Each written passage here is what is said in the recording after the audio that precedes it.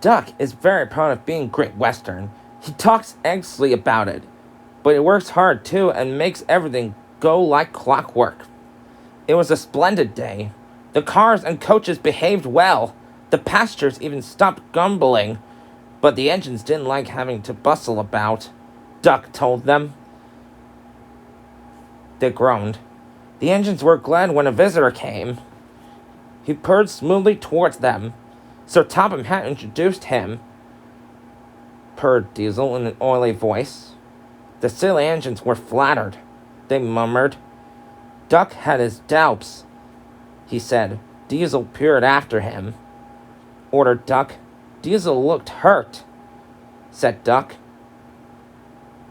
Diesel, delighted to show off, purred away. When Duck returned, Diesel was trying to take some cars from a siding. They were old and empty. They'd not even touched for a long time. Diesel found them hard to move. Pull! Push! Backwards! Forwards! The cars groaned. Duck watched with interest. Diesel lost patience. He roared and gave a great heave. The cars jerked forward. They screamed. Some of their brakes snapped, and their gear jammed in the sleepers, chuckled Duck. Diesel recovered and tried to push the cars back, but they wouldn't move. Duck ran quietly around to collect the other cars. Diesel gulped. Said Duck. Diesel had to help the workmen clear the mess. He hated. All the cars were laughing and singing about him, growled Diesel, and scurried away to sulk in the shed. Diesel, the new engine, was sulking. The freight cars would not stop singing rudely at him. Duck was horrified. He roared and bumped them hard. Diesel was still furious. Said Henry. Said Gordon. Put in James. Finished Henry.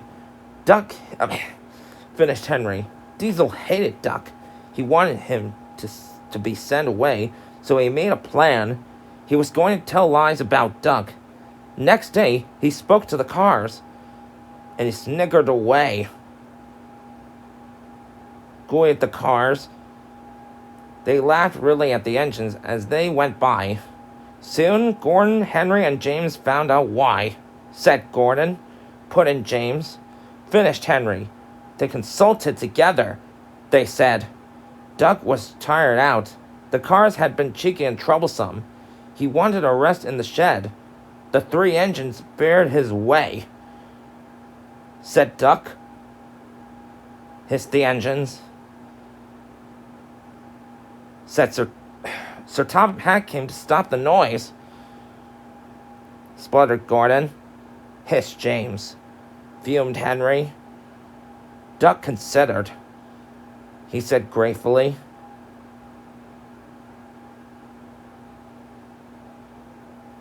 Accused the engines. Sir Topham Hatt recovered. He'd been trying not to laugh himself. Diesel lurked up. Said Sir Topham Hatt. Diesel screamed and hoped he didn't. Diesel trundled sadly away while Diesel smirked with triumph. Duck, the Great Western engine, puffed sadly towards Edward's station. He complained. Edward smiled. Duck felt happier with Edward and set to work at once. The cars were silly, heavy, and noisy. The two engines have to work hard pushing and pulling all afternoon. At last, they've reached the top of the hill, whistled Duck, and rolled gently over the crossing to the other line. Duck loved coasting down the hill, running easily with the wind whistling past. Suddenly, it was the conductor's warning whistle, laughed the cars. They yelled, said the driver. They raced through Edward's station, but the cars were catching up. The driver was gaining control. James was pulling on their line through the next station ahead. Any minute there could be a crash, cried the driver, but Duck put every ounce of weight and steam against the cars. Duck groaned. He veered into a siding where a barber had set up shop. He was shaving a customer. The Sailor cars had knocked their conductor off his van and left him far behind after he had whistled a warning, but the cars didn't care. They were feeling very pleased with themselves. "Gas, Duck," said the barber, and he lathered Duck's face all over. And he lathered Duck's face all other. Poor Duck. Thomas was helping to pull the cars away when Sir Topham Hatt arrived. "Fumed the barber," said Sir Topham Hatt. Said the barber. He filled a basin of water to wash Duck's face, said Sir Topham Hatt. Sir Topham Hatt watched the rescue operation. Then he had more news to Duck.